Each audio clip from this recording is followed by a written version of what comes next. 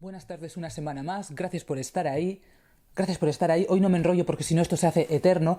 No iba a ser el de Eric Voegelin, pero como no he tenido tiempo de preparar nada, he tenido que echar mano de algo que tuviera fresco en la memoria. Bueno, entonces, Eric Voegelin, Ciencia Política y Gnosticismo. Lo digo con la G, gnosticismo, para que suene a la doctrina peligrosa y arcana que realmente es, porque si dices gnosticismo, en vez de gnosis dices gnosis, no suena a nada. Entonces lo digo con la G, que queda como más impresionante. Publicado en 1959. A ver, ¿notan ustedes que el mundo va mal? ¿A qué nos estamos enfrentando? ¿Por qué todo parece que está patas arriba? Bueno, pues es Eric Voegelin el que identifica lo que está sucediendo con algo antiguo, con los movimientos gnósticos. Que todo lo que está sucediendo ahora no es nada nuevo, sino la culminación de un proceso que ha durado, toda la historia de la humanidad. Vamos a ver qué dice Ferrater Mora. Se supone que es uno de los mejores diccionarios de filosofía. Es el que tengo yo, es el que uso de referencia. A ver qué es eso de la gnosis. Antes de empezar, pues miren lo que dice. Dice, gnosticismo. Es usado para rotular una serie de doctrinas que se extendieron en el mundo antiguo, empezando con la llamada gnosis, mágico vulgar, y siguiendo con varios sistemas, especialmente a partir del siglo II después de Cristo. Los gnósticos elaboraron grandes sistemas teológico-filosóficos en los cuales se mezclan especulaciones de tipo platónico, por lo demás rechazadas por Plotino, con doctrinas cristianas y tradiciones judías y orientales. Pueden rastrearse ya huellas de gnosticismo en la especulación filosófica griega de la época de la decadencia. Por otro lado, el gnosticismo parece poder desarrollarse solamente dentro de la corriente cristiana. Esta doble y a la sazón contraria raíz del gnosticismo no es uno de los problemas menores de esta tendencia, y ello de tal modo que su comprensión depende decisivamente del mayor o menor peso dado a la fuente helénica o a la cristiana. Plotino, quien en su tratado contra los gnósticos no distingue entre ellos y los cristianos, los sume a todos en un común sentimiento anti-helénico. Plotino ya se da cuenta de que había algo que estaba destruyendo su sociedad. Lo identificó mal al identificarlo con el cristianismo, pero lo identificó bien al identificarlo con el gnosticismo. Para otros, en cambio, el gnosticismo es una manifestación interna del pensamiento antiguo de la decadencia, que precisamente aprovecha para su constitución los elementos que le aporta el cristianismo. En general, el gnosticismo puede ser considerado como uno de los intentos de salvación por el saber que abundaron tan pronto se abandonó la vía estrictamente intelectual. Históricamente suele distinguirse entre tres tipos de gnosis: la gnosis mágico-vulgar, la gnosis mitológica y la gnosis especulativa, que es de la que hablará Eric Voegelin. A ver. Más. Entre estas concepciones figura en particular la del alma como un ser desterrado de otro mundo, el mundo de la luz. Según ello, el alma habita un mundo extraño y vive siempre anhelosa de volar hacia otro mundo del cual procede y que no tiene relación con éste. Por eso, aquel otro mundo es descrito como lo negativo, lo indecible. Es el mundo escondido, en cuyo centro se encuentra el Dios también escondido. Extrañeza, destierro, cautiverio, mundo sobrenatural y luminoso, vuelo, anhelo, llamada, vigilia, mensaje, redención, evocación, recuerdo, constituyen, junto a embriaguez, sombra, olvido, sueño y muerte, algunas de las categorías dramáticas que predominan en el gnosticismo mitológico y que se centran en torno al destino del alma y su historia. El gnosticismo se apoya en un dualismo entre el dios malo, el demiurgo creador del mundo y del hombre, identificado muchas veces con el Dios del Antiguo Testamento, y el Dios bueno revelado por Jesucristo. La redención del hombre por Jesucristo es precisamente la obra de la revelación. En ella consiste propiamente la gnosis, y sólo por ella podrá el hombre desprenderse de la materia y del mal en que se haya sumergido y ascender hasta la pura espiritualidad de Dios. El gnosticismo presupone ante todo no solo la impotencia del Dios creador para ser plenamente bueno. Recuerden que cuando ya hablamos de Eric Voegelin, del mundo como algo, el mundo material como algo malo, como algo extraño a uno mismo, la impotencia del Dios creador para ser plenamente bueno, sino que además coloca frente a él como algo esencialmente preexistente y resistente a la materia al Dios demiurgo. Bueno, El afán de conocimiento es, de este modo, el primer indicio de una rebelión que constituye el motivo del proceso dramático y también el motivo del intento de restablecer la situación original, el orden esencial del pleroma. No es extraño que poco a poco se fuera acentuando el dualismo de los gnósticos y que inclusive este dualismo fuera el que caracteriza la esencia de la gnosis. Es notable advertir que en esta se da por lo menos una doble moral respecto al tratamiento por parte del hombre y en general de todo ser espiritual de su propio cuerpo, la moral ascética y la moral relajada. En general, los grandes representantes del gnosticismo se decidieron por la primera, pero la moral relajada no era en modo alguno ajena a la gnosis. En efecto, toda idea del cuerpo como algo absolutamente menospreciable, según sostenía la gnosis, puede dar origen a una moral de este tipo, pues lo que el cuerpo haga no afecta esencialmente a la carrera del alma. Ese dualismo, ese maniqueísmo que es típico de ese tipo de filosofías. Y miren qué casualidad, en el semanal, el último tradicionalista de Prada, me imagino que algunos de ustedes ya le conocerán, habla, a ver, ¿dónde se ve hoy esa extrañeza respecto al propio cuerpo? Pues dice de Prada, otra teoría de género. Dice, aquí se ve claramente que a día de hoy nos estamos enfrentando a algo que es gnóstico. Se ve, si no hay más que mirar a cualquier lado. Desde la noche de los tiempos, los seres humanos hemos querido salirnos de la casilla que la naturaleza nos ha adjudicado, anticipando el destino glorioso que nos ha sido prometido. Hay en la naturaleza humana una nostalgia de divinidad. Cualquier hombre o mujer, tanto el ser más feliz como el más desgraciado, puede sentir repentina o paulatinamente este desacuerdo con su propio ser. Y esta conciencia de desacuerdo puede engendrar un agónico y perentorio deseo de abandonar la cárcel del yo. Esta conciencia afligida de la condena que constituye nuestra vida cotidiana nos la brinda nuestra naturaleza caída. A preparar este camino de liberación se dedica la religión, que torcidamente asimilada puede convertirse también en un obstáculo, degenerando en un activismo desnortado, o bien en fantasías y visiones autoinducidas. Pero ¿qué ocurre en aquellas sociedades y fases de la historia en que la religión no acompaña nuestro apasionado deseo de sobrepasar los límites de nuestro yo caduco y prisionero?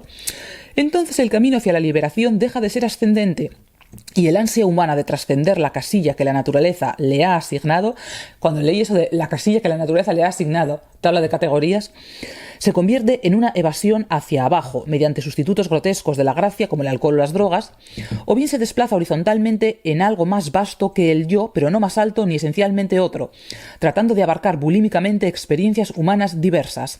Entre estos desplazamientos horizontales se hallan las llamadas teorías de género, que prometen a los seres humanos salirse de su casilla con tan solo sentir que son otro. Inevitablemente, estos sustitutos del camino ascendente, estos sucedáneos grotescos de la gracia, son insatisfactorios en el mejor de los casos y casi siempre desastrosos, porque lejos de apaciguar el disgusto humano, no hacen sino agigantarlo hasta convertirlo en desdicha. Bueno, eso que decía Ferrater de la moral relajada, de que lo que hace tu cuerpo no afecta a tu alma, hoy en día no se diría así, diríamos que tu cuerpo y tu género no tienen relación. Claro, pues porque vivimos en una época de religiones intramundanas, o sea, ideologías, y no es una época de religiones trascendentes. Pero viene a ser lo mismo, viene a ser una separación entre tu cuerpo sustancial y tu essence, tu esencia. Es lo mismo, es algo, nos estamos enfrentando a algo antiguo. Miren lo que dice Eric Voegelin, que va a repetir lo que acabamos de leer ahora. Ciencia política y gnosticismo, 2 ensayos, del año 1959, editorial Trota. Progresismo, positivismo, hegelianismo, marxismo son variantes del gnosticismo. El clima intelectual predominante ha destruido el intento de enfrentarse al orden perturbado ya por el gnosticismo. Ya se sabía que los movimientos políticos modernos, o sea, la tesis del texto es que toda la modernidad, toda, es producto del gnosticismo. Ya se sabía que los movimientos político-modernos eran gnósticos, quien lo dijo Ferdinand Christian Baur, entre otros. El trabajo de Baur era un culmen de siglos de investigación, por ejemplo, con Johann Lorenz von Mosen, Johann August Neander, Jacques Matter. Cae en el olvido en la segunda mitad del siglo XIX. llegó hasta muy tarde, casi hasta nosotros, durante el reinado del positivismo de Comte. El olvido fue tan profundo que cuando el movimiento gnóstico alcanzó su fase revolucionaria, ya no se pudo reconocer su naturaleza. Europa no disponía de herramientas conceptuales para comprender el horror que se cernía sobre ella. Los movimientos de masas no cristianos, no nacionales, en los que la Europa cristiana del Estado-nación se disuelve. La enormidad de este nuevo fenómeno no se puede ignorar la enormidad de este nuevo fenómeno y no hay nociones provisionales para hacerle frente. Destacamos el texto de Jacob Taubes, Escatología Occidental. A ver, una cronología de este fenómeno. Crisis del siglo VII a.C., búsqueda de sentido, estoicismo, el polités, ciudadano del cosmos, la ecúmene de Polibio, las religiones mistéricas, los cultos heliopolitanos, la apocalíptica hebrea, luego llega el cristianismo, el maniqueísmo y la gnosis. ¿Qué es la gnosis? Un extrañamiento. El mundo no es un conjunto bien ordenado, un cosmos en que el hombre griego se sentía en casa. Tampoco el mundo judeocristiano que Dios juzgó bueno. El gnóstico no desea comprender el mundo. El mundo es una prisión de la que quiere escapar. Esto se puede decir también, el cuerpo es una prisión de la que quiere escapar. Sectas, sistemas, prácticas mágicas, éxtasis místicos, libertinaje, ascetismo, indiferencia del mundo. Son características de la gnosis. El instrumento de la salvación es la gnosis, el conocimiento. La autosalvación por medio del conocimiento tiene su propia magia y esta magia no es inofensiva. La estructura del orden del ser, el orden del ser aristotélico-platónico, va a decir Eric Voegelin. Es decir, el orden del ser, la estructura de la realidad. La estructura del orden del ser no cambia porque alguien la encuentre defectuosa y huya de ella. El intento de destruir el mundo no destruye el mundo, sino que aumenta el desorden. El orden del mundo antiguo se renovó gracias a un movimiento que intentó revivir la práctica del juego serio, de acercarse de forma honesta al orden del ser. Y ese movimiento fue el cristianismo. En la Atenas del siglo IV, de Platón y Aristóteles, hay muchas formas distintas de cuál es la forma correcta de vivir. Escépticos, hedonistas, utilitaristas. ¿Cuál es la verdadera? ¿Podía haber alguna que no tuviera huella de subjetivismo y arbitrariedad, es decir, de doxa? Pues llegar a ese conocimiento, a esa filosofía sin huella de doxa, solo se puede hacer suponiendo que la verdad sobre el orden del ser es constatable objetivamente. El análisis platónico-aristotélico opera sobre el supuesto de que hay un orden del ser más allá de la opinión y que la ciencia puede alcanzar. Su objetivo es conocer el orden del ser, sus diversos niveles jerárquicos y sus relaciones, la estructura esencial de los ámbitos del ser.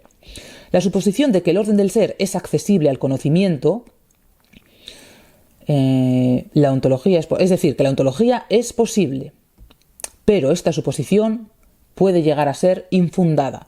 El acontecimiento decisivo para la fundación de la episteme, ya saben, doxa episteme, realidad, ciencia que estudia la realidad, entender la realidad tal como es. El acontecimiento decisivo para la fundación de la episteme fue la consideración de que los niveles del ser discernibles dentro del mundo culminan en una fuente trascendente del ser. La imagen del ser surge de estas experiencias. Bueno, te habla de la apertura del alma, que es la metáfora que usa Bergson. La sociedad se resiste a la acción terapéutica de la ciencia. La controversia espiritual se recrudece hasta llegar a la lucha existencial. La lucha puede librarse en cualquier nivel de la existencia humana. Persuasión, propaganda psicológica, destrucción, ataques físicos. El enfrentamiento se hace verdaderamente peligroso cuando la doxa adquiere apariencia de filosofía y se arroga el nombre de ciencia, prohibiendo la verdadera ciencia. Y esto no es mera resistencia al análisis, tampoco a quienes... No es mera resistencia al análisis. Nos enfrentamos aquí a personas que saben que sus opiniones no pueden sostenerse tras un análisis crítico y que por ello prohíben que analicemos las premisas de sus dogmas. A ver, el pensador agnóstico perpetra una estafa intelectual y es consciente de ello. Tiene 3 etapas. A. El engaño mismo, especulación que ya está degenerada porque ya está manchada por la gnosis. El movimiento agnóstico no conduce a la apertura erótica del alma, sino persistencia, sino que persiste en el engaño. B, conciencia de la falsedad, pero persiste. Estafa intelectual. C, rebelión contra Dios. Claro, ya que ese orden del ser tiene una fuente trascendente, hay que acabar con ella y por lo tanto hay que hacer una especie de asesinato simbólico de Dios. La realidad debe ser aniquilada. El problema principal de la gnosis es acabar con la realidad. La naturaleza enfermiza y neumopatológica de la rebelión proclama la filosofía como nueva fuente de orden, pero no es, aquí llega el problema, no es la filosofía fundada por Platón, es una nueva filosofía diferente. ¿Qué es? Es un proyecto de llamar filosofía a algo que no es filosofía, es avanzar desde la filosofía de la episteme hasta la gnosis de la doxa. El salto desde los confines de lo finito hacia la perfección que representa el saber efectivo resulta imposible. Si un pensador lo intenta, no desarrolla la filosofía, sino que la abandona y se convierte en gnóstico. Hegel hace trampa, traduce filosofía y gnosis con la misma palabra, conocimiento, comete un fraude y lo hace a propósito. El proyecto gnóstico de Hegel retiene para sí el nombre de filosofía y no lo es. Su sistema especulativo en que el mago gnóstico despliega su deseo de convertirse en dueño del ser se obstina en ser llamado ciencia. La filosofía se origina en el amor al ser. Es un esfuerzo amoroso de comprenderlo y conformarse a él. La gnosis, por el contrario, desea adueñarse del ser. Tiene libido dominandi. Pues quiere dominar. Heidegger, su especulación, tiene en cuenta el significado de parusía como presencia. El ser no debe entenderse de un modo estático, como sustancia, sino de forma activa, como presencia. Hace presente como un surgir o un manifestarse. Rechaza reconocer las experiencias de filía, eros, pistis, elpis, fe, esperanza, descritas por los griegos, como acontecimientos ónticos en los que el alma participa en el ser trascendente y permite ser conformada por él. Rechazo reconocer estas experiencias como acontecimientos en los que la filosofía se origina. En la Edad Media, este acontecimiento, eso aparece mejor luego en el libro, pudo contenerse y no eclosionar revolucionariamente. A ver. El objetivo del gnosticismo parusístico es destruir el orden del ser. El orden del ser siempre permanece como algo que resulta dado. El orden del ser ha de interpretarse como esencialmente a disposición del hombre y bajo su dominio, según los gnósticos. Adueñarse del ser requiere destruir su origen trascendente. El asesinato de Dios se perpetra interpretando el ser divino como obra del hombre. Ya saben que si las religiones como invento del hombre, o Dios como invento del hombre, el ser impone límites absurdos a la voluntad del hombre. Por eso se rebelan contra ello todo este tipo de pensadores. No debería existir ser o imagen del ser que pudiera hacer aparecer como finita la voluntad o el pensamiento del hombre. El asesinato de Dios pertenece a la misma esencia de la recreación gnóstica del orden del ser. Recuerden que era una metafísica, es cambiar una metafísica por otra. La realidad no se puede abolir así sin más, va a seguir estando ahí. El asesinato de Dios pertenece a la gnóstica del orden del ser. Es intentar acercarse a la realidad, pero de una forma ya viciada. En la página 108 nos habla del golem, de cómo Jeremías en la Yeshirá creó un hombre de la nada, un golem, un hombre artificial, intentando adueñarse del ser, de la posibilidad de crear así la vida de la nada como si fuera Dios. Escribió en su frente la palabra emet, verdad, pero el golem se tachó la palabra, la E, con un cuchillo y quedó met, que significa muerte. Es una operación mágica. Marx hace una operación gnóstica para crear al hombre socialista. Se está buscando al ser que nace de la magia del asesinato de Dios. No se puede modificar la naturaleza de una cosa. Quien intente alterar su naturaleza la destruye. El hombre no puede transformarse en superhombre nietzscheano o en hombre nuevo socialista. Intentarlo es destruir al hombre. La voluntad de asesinar es característica del mago gnóstico. El vínculo con la realidad ha sido quebrantado. El prójimo no es copartícipe en el ser. La crítica no será ya un debate racional. La sustancia del orden del ser, para el filósofo, que para el filósofo es algo dado, se concibe como sucesión de fases de la conciencia que se siguen en el desarrollo dialéctico. En su lenguaje, la fenomenología es filosófica. En su sustancia e intención es radicalmente antifilosófica. Es una obra de magia. Veamos qué dice Eric Voegelin.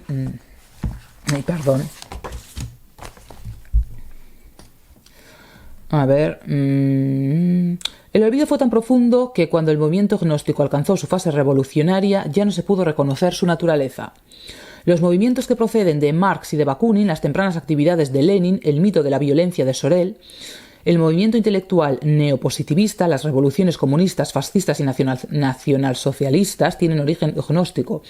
Europa no disponía de las herramientas conceptuales adecuadas para comprender el horror que se cernía sobre ella. Debido a que ya no podía pasarse por alto la enormidad de este nuevo fenómeno político, se acuñó un gran número de nociones provisionales para hacerle frente. Se habló así de movimientos neopaganos. A ver, un texto. Aquí Voegelin cita un texto gnóstico que es muy hermoso. Es lo de siempre. Casi todos los textos antiguos son muy hermosos. Dice... Aquí se ve esa sensación de extrañamiento de la realidad y del propio cuerpo que es típica de los movimientos gnósticos. Dice, ¿quién me ha arrojado a los sufrimientos de los mundos? Primero, vida extranjera que viene de los mundos de la luz. Es extranjera en este mundo y es extraño para ella. Este mundo no fue creado según los deseos de la vida, de la gran vida. Tú no has llegado aquí por voluntad de la gran vida. De ahí que surja la cuestión. ¿Quién me condujo? 21 minutos.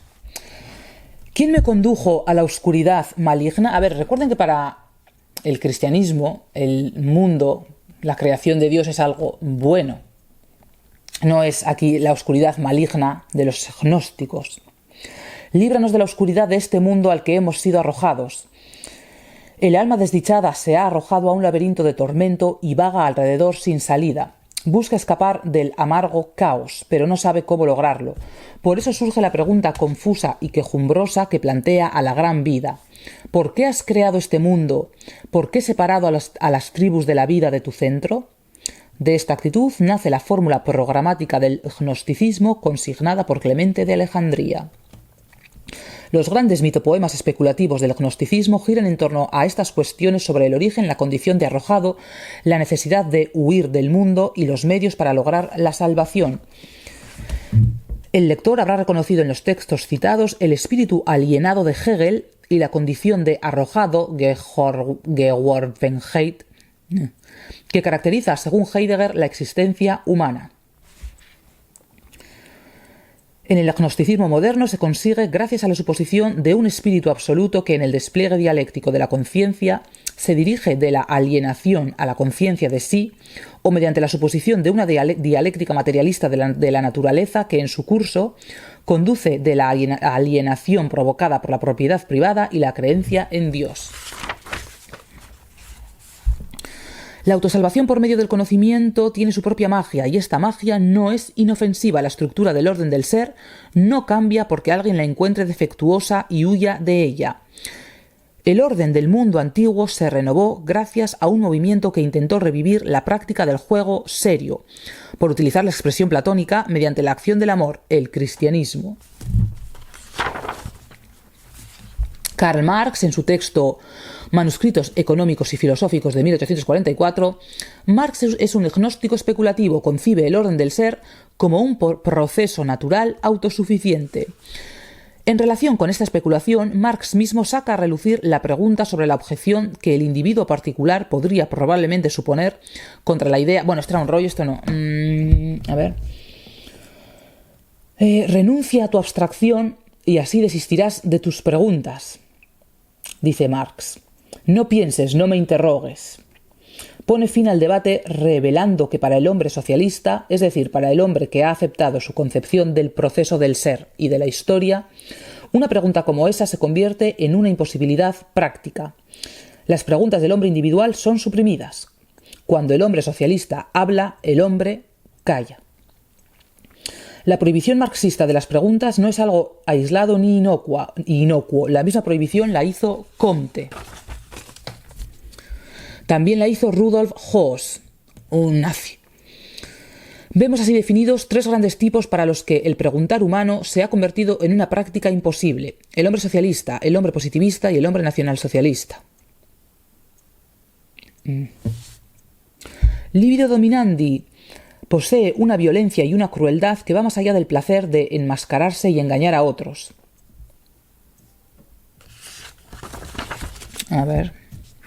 La realidad debe ser aniquilada y esto constituye el problema principal de la gnosis. Libido dominandi. Deja a esa persona hacerse razonable, después detendrá su cuestionamiento. Quien le pregunta cesa de ser hombre, tiene que convertirse en hombre socialista. En el choque de la realidad con el sistema, la realidad tiene que ceder. La estafa intelectual se justifica aludiendo a las exigencias del futuro histórico, que el pensador gnóstico ha previsto especulativamente en su sistema. En la especulación de Heidegger, el ser está interpretado teniendo en cuenta el significado griego original de parousia como presencia. El ser no debe entenderse de un modo estático, como sustancia, sino de forma activa, como presencia. En cierto modo, de la misma manera que el gobernante se muestra o está presente, la esencia del ser como actio es una potencia dominadora gracias a la cual el ser se crea para sí un mundo y lo crea por medio del hombre. El hombre tiene que ser comprendido históricamente como una existencia que puede abrirse o cerrarse al dominio del ser. Durante el proceso histórico, por tanto, puede haber épocas de alejamiento del ser y acercamiento al ser no esencial. La reflexión de Heidegger ocupa un lugar importante en la historia del gnosticismo occidental. La concepción de un proceso clausurado del ser, la ruptura del mundo inmanente con el trascendente, el rechazo a reconocer las experiencias de filía, eros, pistis, elpis, que fueron acuñadas y descritas por los filósofos griegos como acontecimientos ónticos en los que el alma participa en el ser trascendente y permite ser conformada por él. El rechazo, además, a reconocer estas experiencias como acontecimientos en los que la filosofía, especialmente la platónica, se origina. En la Edad Media este movimiento pudo contenerse y no eclosionar revolucionariamente. Hoy, sin lugar a dudas, se ha convertido no en el poder del ser, sino en el poder del mundo. Romper el hechizo de este mundo y su poder, cada uno de nosotros en sí mismo, es la gran tarea en la que todos debemos empeñarnos. El asesinato de Dios. El objetivo del gnosticismo parusístico es destruir el orden del ser, que se experimenta como imperfecto e injusto, y reemplazarlo con un orden justo y perfecto mediante el poder creador del hombre. Pero el orden del ser siempre permanece como algo dado. La idea de crear un nuevo mundo tenga sentido. De ahí que la idea tenga sentido, la cualidad de dado, característica del orden del ser, tenga que ser anulada. El orden del ser debe ser interpretado como esencialmente a disposición del hombre y bajo su dominio. Adueñarse del ser, además, requiere destruir su origen trascendente, el asesinato de Dios. No debería existir ser o imagen del ser que pudiera hacer aparecer como finita la voluntad del pensamiento del hombre, con el fin de aparecer como amo absoluto del ser. El asesinato de Dios, entonces, pertenece a la misma esencia de la recreación gnóstica del orden del ser. Aquí lo del golem.